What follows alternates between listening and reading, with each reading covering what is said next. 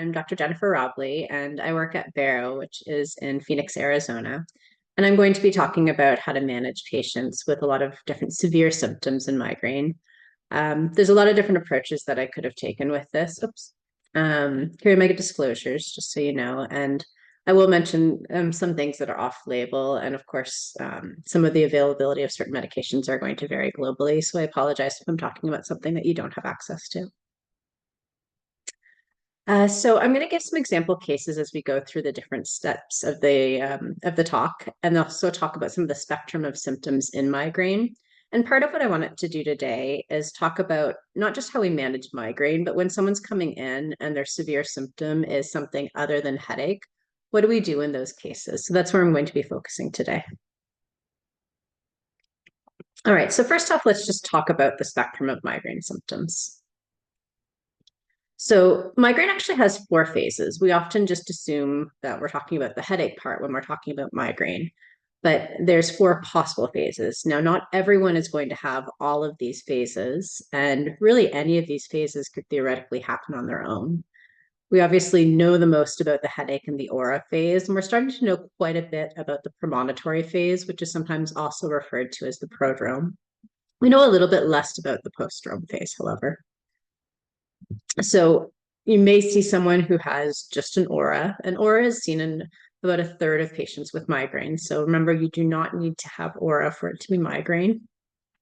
The premonitory phase is an interesting phase. So we're going to get a little bit more into that one in detail too. But first off, just to give you an example case of someone who has all 4 of these phases.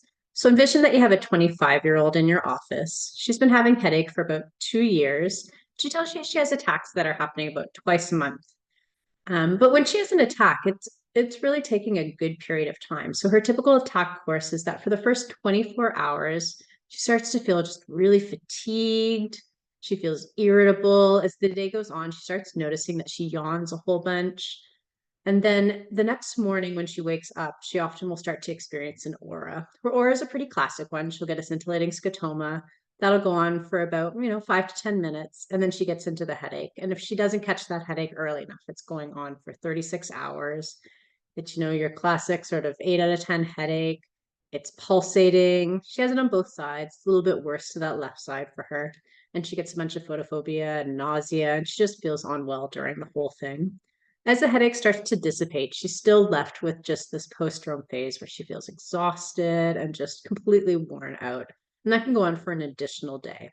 So even though the headache itself is 36 hours, she's basically got an additional day she's adding on to the start and the end of the attack. This is unfortunately common, and we don't talk about it a lot when we talk about our diagnostic criteria, and we don't really talk about it much when we're talking about how to treat headache. So first off, let's get into this premonitory phase.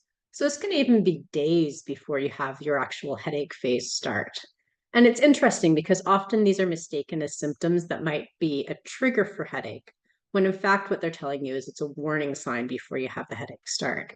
So for instance, you could have poor concentration and fatigue. You might start to notice changes in your mood. So you could have depression or irritability, but you can also have an increase in your mood. I've had patients tell me that they suddenly feel this really excited, happy feeling. And for them, weirdly, that means that they're about to get a migraine attack. Classic symptoms that you can get during the headache, like photophobia, phonophobia, osmophobia, all of those can start to precede the migraine attack itself. Often neck pain or stiffness starts to begin before the actual headache. You can start to have a lot of just poor sleep. You might have insomnia. You might be extra tired. And yawning is a classic symptom that can actually start to happen. You can get food cravings. Often this is sweet cravings. You can start to have other GI symptoms like nausea, diarrhea, constipation. You can also have urinary symptoms where you start to get urinary frequency, or you may notice that you're excessively thirsty. Now you can envision that, let's say someone comes into your office and they say, every time I eat chocolate within 6 to 8 hours, I get a migraine attack. I think I need to stop eating chocolate. And you've got to pause and stop. And do you really tell that person that they're not allowed to have chocolate now for the rest of their life, that they're still having migraine? And the answer is probably not. We don't have good evidence actually that it's actually a migraine trigger. And what they may be having is a premonitory phase where they're having sweet craving, and for them, that sweet craving is the chocolate. And so that's actually their warning sign that the migraine attack is about to start, not that they actually are causing a migraine attack by having the chocolate. Same thing, I'll have many patients tell me that, oh my goodness, I went out into the bright sunlight and all of a sudden I had a migraine attack. Well, it wasn't that the sunlight caused the migraine attack. It's that they were already photophobic and they went outside, they noted that photophobia, and then soon after the headache started. So it starts to change how you might approach counseling someone on trigger avoidance, because what you might be trying to do is tell them to avoid something that's not actually a trigger at all, but rather it's just part of that warning sign for migraine. So it does start to change how you might approach managing these patients with these symptoms. Now, the aura phase, as I mentioned, happens in about a third of patients. We have typical aura, which 90% of the time is going to be visual, but we've also got sensory aura and language aura. And then there's less common types of aura that include brainstem aura, hemiplegic migraine, and retinal migraine. And these are caused by cortical spreading depression that happens across the cortex, where you get this change in a wave of electrical activity that's followed by a change in blood flow. The way that you try to decipher whether or not you think this is aura versus something else like a TIA or like a seizure is you use the ICHD-3 criteria. And so aura should have at least 3 of. The symptoms should evolve over 5 minutes. So you can imagine if it's a visual aura, it's sort of like this expanding scotoma. You can have successive types of aura. So it starts with one and then moves into the next. You can have an aura that lasts anywhere from 5 to 60 minutes. That's a classic duration.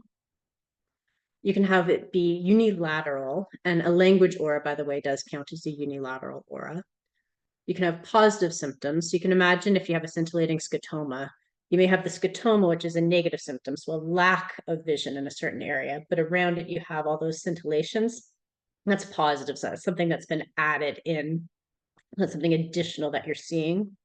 Or if you have numbness, it's that tingling on top of the numbness. That's your positive symptom. And then if it comes with an associated headache. So you should have at least 3 of those to feel pretty comfortable that it's an aura. All right. And then we've got the headache phase. So the headache phase is what we know best, but remember it can come with so many other symptoms. As part of the criteria, we know it can have nausea, vomiting, photophobia, phonophobia. Don't forget about osmophobia. That's pretty common in migraine, and it's pretty specific for migraine. You can have kinesiophobia, where it's that you have this issue with any sort of movement. Movement just makes you feel worse. Dizziness is very common, and that might be vertigo, but sometimes it's just a vague dizziness. Brain fog, where you have problems thinking. Neck pain is a really common part of it, and people will assume that it means that their headache is actually from the neck, but sometimes it's actually the neck pain is actually from migraine. Remember all those pathways. If you look at this picture here, you have all of that going down into the trigeminal cervical complex. So remember, we do have cervical as part of the migraine pathway. You can also have autonomic symptoms. So some patients may start to experience a gastroparesis. They might have, just in general, a lot of more GI symptoms, urinary symptoms. They have cranial autonomic symptoms. So you're allowed to have something like mild ptosis. You're allowed to have some of those more mid-face symptoms like congestion, rhinorrhea, your eyes might water. They're going to be often milder than what you'd see in a TAC. And usually they're going to be bilateral, but you can definitely have them as part of migraine. And then finally, we have the postdrome phase. Often that lasts for hours into a day or two. And this is colloquially called the migraine hangover. This is just where you feel tired, you have an inability to concentrate, your mood might be lower, you might have some of the residual symptoms like nausea and light sensitivity. You could have more of that ongoing brain fog, and you just kind of feel awful. And so while your migraine attack is seemingly over, again, it takes time to recover from it. So generally, the way that we approach treating all of these symptoms is using what we recommend in general for treating migraine. So we have our preventive treatments, we have our acute treatments, and then we have the neuromodulation devices, which overlap.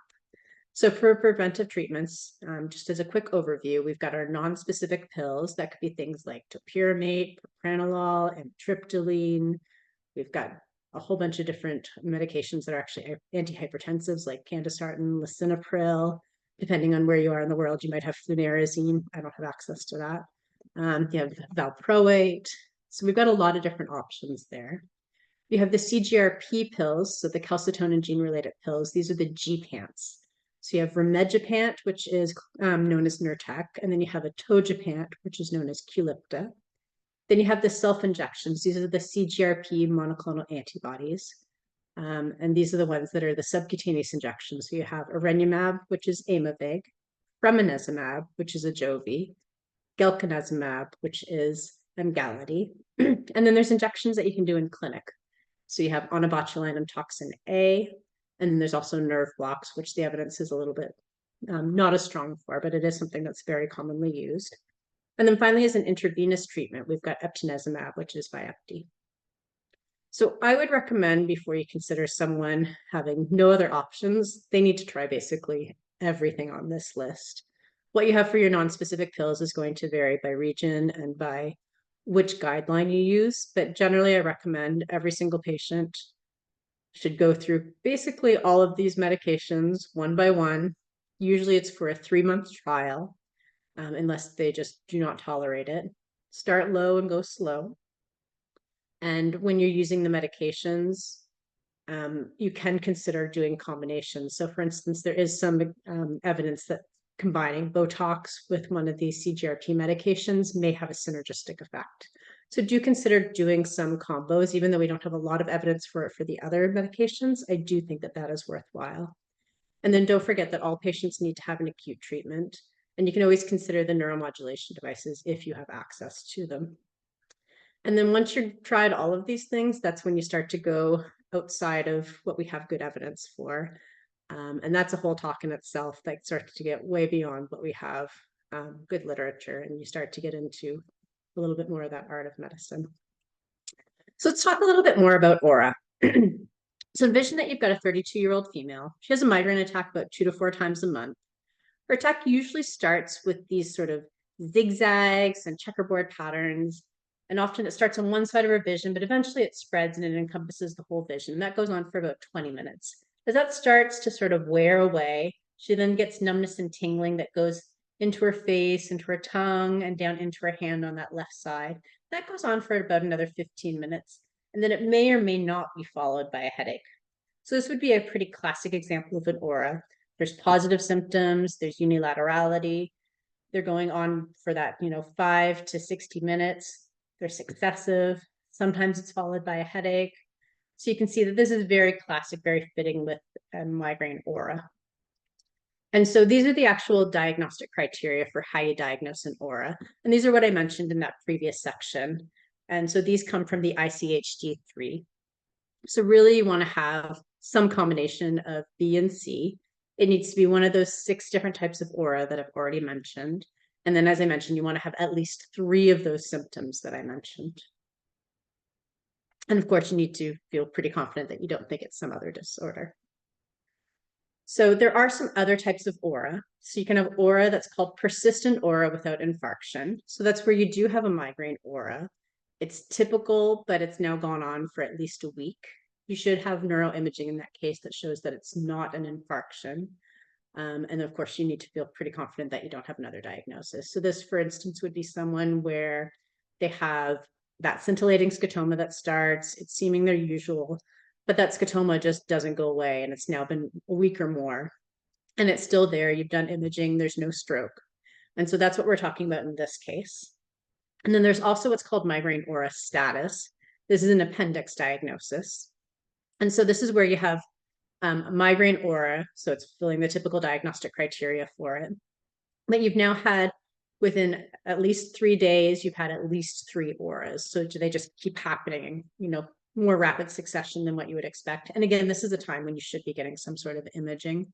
You want to make sure that you're not seeing that there's stroke. You want to make sure that there's not something odd like a vasculitis, etc. Especially in an older adult, you want to make sure that there's nothing like an amyloidosis type process happening.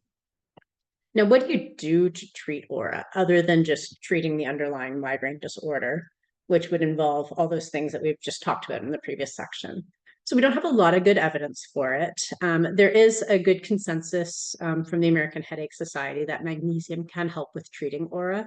So if you're doing that acutely, you can use IV magnesium, 1 gram to 2 gram of magnesium sulfate.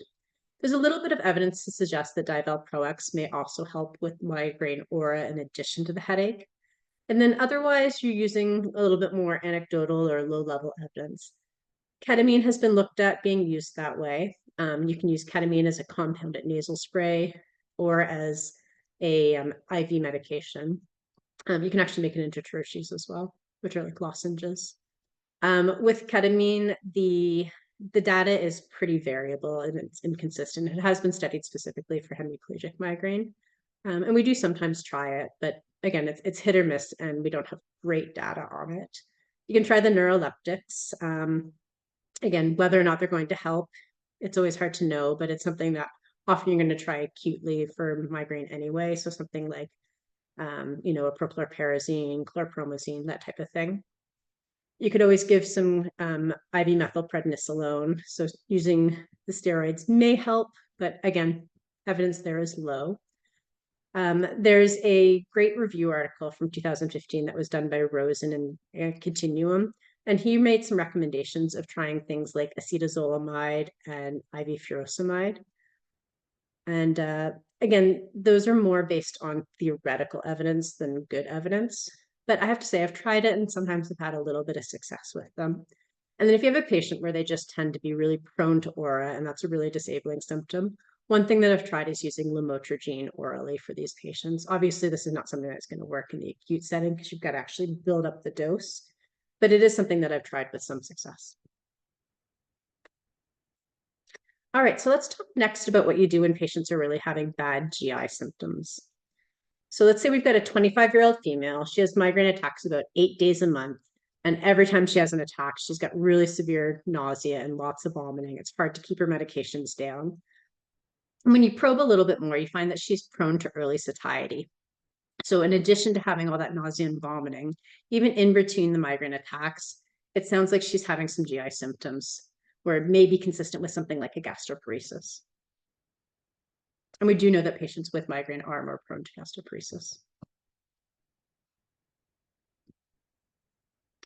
All right, so again, when you're considering all of these medications, particularly for the acute treatments, which is what we're really going to get into, you want to consider how you should be choosing your medication when a patient has a lot of GI symptoms. You may also want to consider it for the preventive, especially if they have GI symptoms in between the migraine attacks. So this might be where you go more for rimegepant because it's an orally dissolving tablet, or a self-injection, clinic injection, or IV medication, because all of those are going to avoid having to go through the gastric process. And a neuromodulation device might be another nice option here. So nausea is really common. We see it in about 73% of patients. So first off, you want to look into what they're using as their acute treatment. Is it working? Are they keeping the medication down? How quickly does it work? A good goal is if the medication isn't working in 1 to 2 hours, then you want to try something different. That's usually how I decide whether or not to move on. Now, for those really difficult refractory patients, you're going to get the best that you can get. But for most patients, that's a good goal to have. Then you want to consider what you're using for an anti-nauseant. So you don't want to just give them a triptan, but what are you doing to help actually control their nausea? So ondansetron, which is Zofran, can be quite effective for patients. However, some patients will have a side effect where they actually get headache as part of the side effect. So that can be counterproductive, obviously. Metoclopramide is another great option that I use all the time. You can use 5 to 10 milligrams for that. And then there's other medications that are also anti-dopamine, like the neuroleptics. So again, that's going to be things like promethazine, prochlorperazine, chlorpromazine. Sorry, I have a cat that's trying to join me right now. And we don't have this in the US, but domperidone can be quite effective. And then finally, you want to consider if it's a prolonged attack or if they're having a lot of vomiting with it. Are they getting sufficiently hydrated? And that might be when you want to get someone into urgent care or the emergency room to make sure that they're getting rehydrated. All right, so consider the route. If they're having vomiting, then we want to avoid oral. You may want to avoid the orally dissolving tablet, just depending on how they tolerate it. It might be just putting anything in their mouth is going to be enough to trigger the vomiting. And you might be able to, get it in and get it absorbed before they actually vomit. But you'll want to base that on the patient and how quickly they're vomiting. Nasal, injection, and rectal are all great options in these patients when they're vomiting. If they have gastroparesis, and a good sign of that is if they have a lot of vomiting or they have a lot of early satiety, then again, you want to try to avoid oral medications. And I would advocate for oral being avoided as much as possible for both your acute as well as for your preventive medications. Here, the orally dissolving tablet might be a good option, so you could consider it in these patients. And then nasal, injection, and rectal, of course, are all going to be great options as it bypasses the issue with the gastroparesis.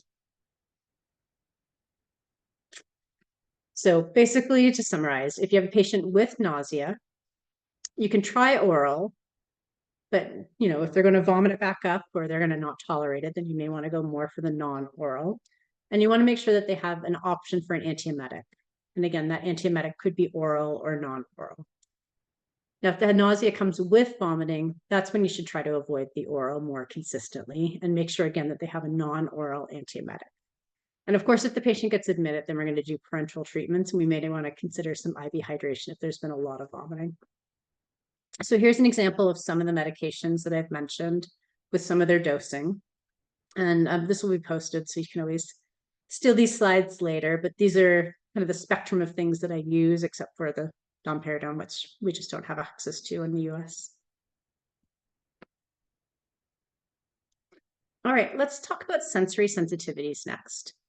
So envision that you've got a 45-year-old male. He's got a history of chronic migraine that's been going on for years. And while the headache is painful and he has headache basically every day, his most bothersome symptom is that he's got severe photophobia. He basically lives in the dark.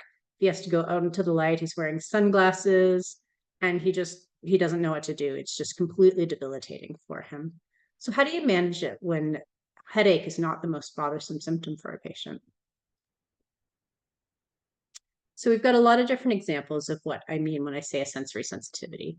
So photophobia would be what this person's experiencing, but some people are very prone to noise. I have one patient where basically he just goes around wearing noise blocking headphones all the time.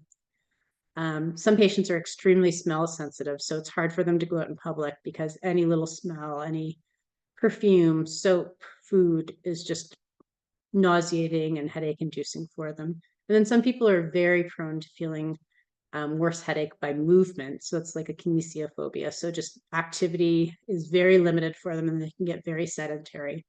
And so how do you manage these things? And so first off, for photophobia, a lot of patients will first try the blue blocking glasses. There's companies out there that make these. And if you go to an optometrist, they can often add a tint basically that's blue blocking into the actual lens itself. For phonophobia, a lot of patients are going to try things like earplugs. Osmophobia, that's a tough one. I mean, basically they end up doing trigger avoidance. And then for the kinesiophobia, usually I try to send these patients to a physical therapist who knows how to just slowly get this person, basically some exposure therapy to movement and see how we can get their brain to rehabilitate itself to tolerate movement better.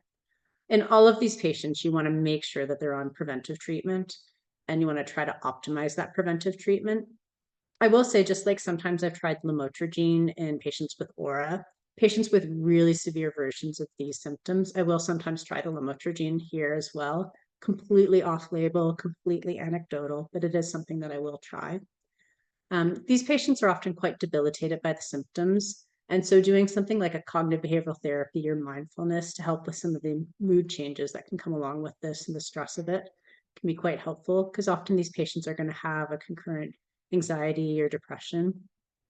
And then one thing that, again, it hasn't been studied, I don't think I have any good study to refer you to for it, but something that I'll try is a gradual exposure.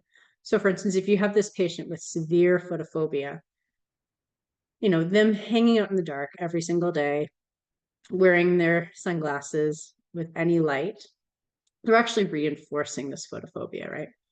And so what you might do is have them start with something as simple as in the morning before the sun comes up, go outside without your glasses, let the sun come up and see how long you're able to tolerate it for. Do it right to the point where you're at the max of your tolerance. And then keep doing that until you can tolerate more. And then maybe eventually it's that you're going to start with the lowest watt light bulb that you can find. And you're going to slowly see if you can get higher and higher light bulbs that you can sit by for longer and longer durations. And you just have them work with a very gradual exposure to rehabilitate their brain to be able to tolerate it. It's one thing I've found that can help, but you need a patient who's very engaged, who's willing to do that. Our physical therapists and our pain psychologist at Barrow are great and that can help us with that. But otherwise, it's something that you're doing and can be quite difficult and a lot of work. And they really need a lot of guidance because they can get frustrated because this is not a quick process, it's slow.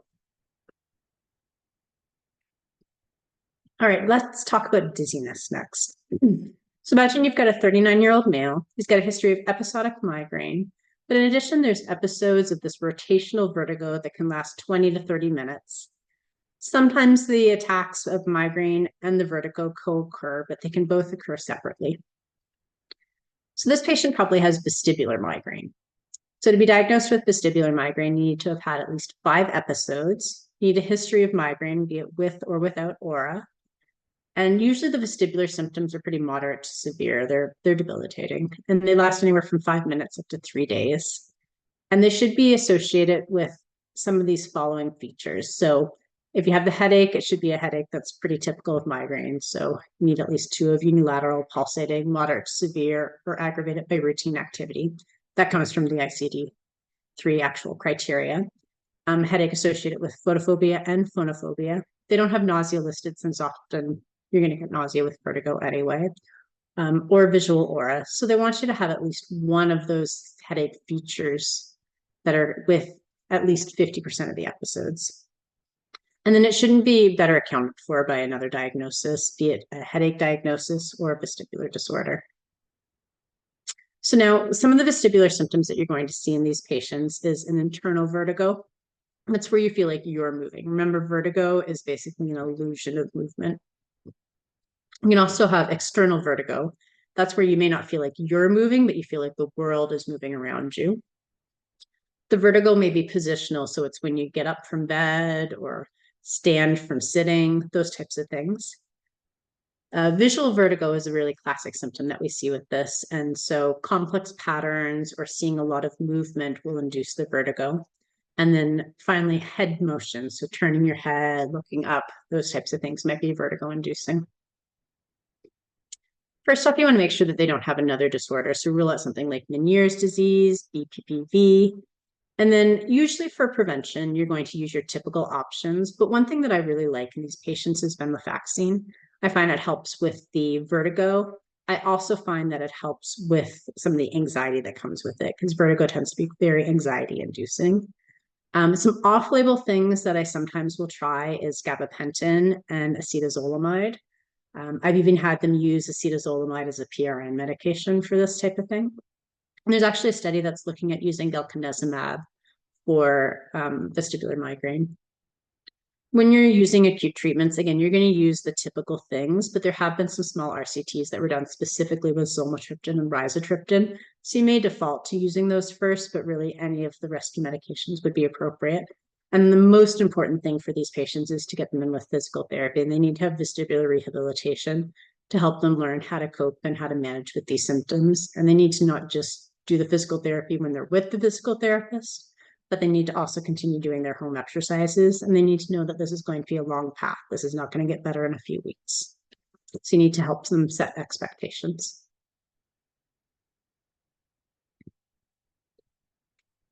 Okay, so now you've got this patient and he was lost to follow-up. He comes back 5 years later, and now he says that he's got daily vertigo. Sorry, daily dizziness. It's a little bit more vague now. He just kind of constantly feels like he's on a boat and he's moving. And he's wondering, what do I do? Like, what happened? Why did this get worse? And so this is something that you should be aware of because it's often going to co-occur in patients with vestibular migraine or with any other cause of vertigo. And this is something called persistent postural perceptual dizziness, PPPD or triple PD. So here they've had persistent dizziness for at least 3 months. The symptoms are going to be on most days. The severity can definitely fluctuate, but it's impairing. It's very debilitating. It's often worse with upright posture, with movement, and visually complex patterns. So they get a lot of that visual vertigo. But it's not truly vertigo that they're having now. It tends to be more vague. I find the most common description I hear is that they feel like they're on a boat, or like there's just kind of this vague unsteadiness, wavering. Often when you watch their gait, they can do things like tandem, etc., but they're just very cautious. They need a lot of prompting. They're very uncomfortable with it. So these patients need a lot of vestibular physical therapy, and they may benefit from some cognitive behavioral therapy as well. This is basically like a functional neurological disorder of dizziness, as best we understand it. Basically, you can imagine that they were experiencing vertigo, and instead of their brain sort of improving and getting used to it and getting better, especially if they were lost to follow-up and didn't get good treatment, now their brain has sort of, rehabilitated itself in the wrong direction. So now any movement is just not tolerated, and it's become a pervasive symptom. So these patients are going to need a lot of rehabilitation to help with these symptoms, and it's not uncommon for it to coexist in patients with vestibular migraine. And the hint is going to be that their dizziness is more vague and it's more constant. And often it seems more disabling than what you would expect for what you're seeing on their physical exam. And it's going to come with a lot of that visual vertigo. They're just very intolerant of looking at things. They often have a lot of other things like light sensitivities. I find very common in these patients. All right, let's talk a little bit about brain fog. So for some patients, especially those patients with chronic migraine, headache is one thing, but they feel like they just can't think. They feel like they're just dumb. And so let's say we've got a 34-year-old female. She's had migraine for the past 2 years, and she's now got this background daily headache that's about a 1 to 2 out of 10. So she feels like she's never truly headache free. And 8 days a month, she's got a full-blown migraine attack. And she feels like over the past couple of years, she's had this increasing cognitive impairment. She feels like she's got word finding difficulties. Her concentration is poor. I feel like she just can't remember people's names. And it's really, it's stressing for her because she's worried, am I getting a dementia? What's happening? So you do something like a MoCA or an MMSE, and she gets 30 out of 30. So there's no blatant evidence that she's getting some sort of dementing process. So what is this? When we know that you can have migraine-related cognitive impairment, there's definitely been evidence of this. It seems to be particularly affecting attention and concentration. There might be some effect on language. And while you can definitely have it ictally, so part of the migraine attack, there are patients who have it interictally. And I find that's particularly true for the patients with chronic migraine, where they have some degree of symptoms all the time. While it is more common, I find if they have a mood disorder or a sleep disorder, it does not require that they have one of these. It can be purely from migraine itself. And the good news is there is at least some evidence that it can improve with treatment. So again, you want to look at preventive treatment. So you want to go through all of those different options and try different things. Now, they may be less tolerant of some of the medications that are sedating or something like topiramate, where they're going to have some cognitive side effects, but that doesn't mean you can't try them, because at the end of the day, this is from migraine and not from something like a dementia. So you can try those, just go slow and be gentle with it. And then make sure you're screening for depression, anxiety, sleep disorders, including sleep apnea, and that those are also getting treated. Because if those are not treated, then you may have ongoing sort of that pseudodementia type picture. All right, and then finally, I want to talk about allodynia. So envision that you have a 32-year-old male. He's had episodic migraine for the past 8 years. And he started noticing over the past year or so that migraine attacks have increased. They've gone from maybe 3 to 4 days a month, and slowly over the past year or so has gotten up to 8 days a month. And now he's having this new head tenderness in between the attacks. And so if he just kind of touches his head, he said it feels like his hair hurts. It's harder for him to wear his glasses, like right around the ears. It hurts to have any pressure there. So this is allodynia. So when we talk about central sensitization in migraine, often the correlate to that is allodynia, and then also you can have hyperalgesia. When we talk about peripheral sensitization, that's more thought to be that throbbing pain that we feel in migraine. And so it's really whether or not the sensitization is happening out in the periphery or happening centrally in the brain. So the official definition from the IASP is that central sensitization is increased responsiveness of nociceptive neurons in the CNS to their normal or subthreshold afferent input. So translation, nociceptive neurons, those are basically your neurons that sense pain. They're becoming hyper-responsive, and it no longer just needs their normal sort of stimulus that turns them on. Now, even a subthreshold stimulus is going to be able to turn them on. So remember, normally a nociceptive neuron is going to turn on in response to something that's painful. Well, now it can get turned on by something that's not painful, like touch, i.e. allodynia. So allodynia, by definition, is pain caused by a non-painful stimulus. While the hyperalgesia, that's still that you have a painful stimulus, but it hurts more than you would expect it to hurt. So for instance, that little pinprick that you might do on exam is now suddenly very painful. So what does central sensitization do to migraine? Well, we think it might help make that chronification more likely to happen. So you're more likely to have more frequent headache. You might start to get that background headache. You might start to get just overall worsening symptoms. We think some of those cranial autonomic symptoms may relate to central sensitization. Worsening of your sensory sensitivities, so things like photophobia and phonophobia may worsen. And then having allodynia is a sign that there's central sensitization. And so again, these are patients where you definitely want to have them on a preventive, and any of the types of preventives would be appropriate. And really, the goal is that when a patient has about 3 to 4 migraine days in a month, that's when you should be starting treatment. If you're like at 2 to 3 days and they're already having allodynia, especially if some of it's intra-ictal, that's when you may want to start a preventive even earlier, because that patient is going to be higher risk for progressing to more frequent migraine attacks and even to chronic migraine. So allodynia is a good sign that you may want to be more aggressive with your treatment early on. All right, so we've talked about a lot of different things. We talked about the phases of migraine and all the different treatments that can come along with it. We've talked about the different types of aura and some of the ways that we can try to treat it. We've talked about dizziness, be it vestibular migraine, or something that often comes alongside of it, triple PD. We've talked about allodynia. We've talked about GI symptoms, including nausea, vomiting, as well as gastroparesis, the different sensory sensitivities, and then cognitive symptoms, and all the different ways that you can try to treat these when you're focusing not just on the headache, but all the other symptoms that can make migraine disabling. And that can be, for patients, sometimes they're more a disabling symptom than the headache.